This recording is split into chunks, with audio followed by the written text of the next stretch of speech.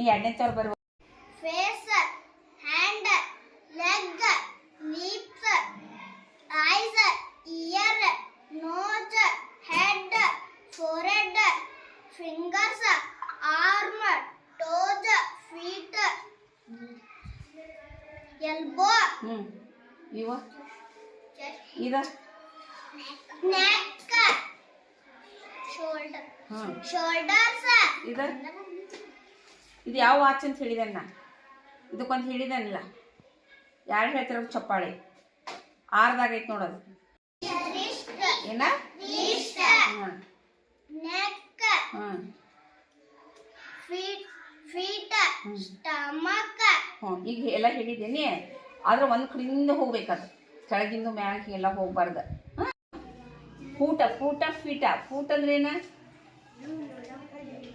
Foot ಅಂದ್ರೆ ಪಾದ, feet ಅಂದ್ರೆ ಪಾದಗಳು, ಹೌದಿಲ್ವ?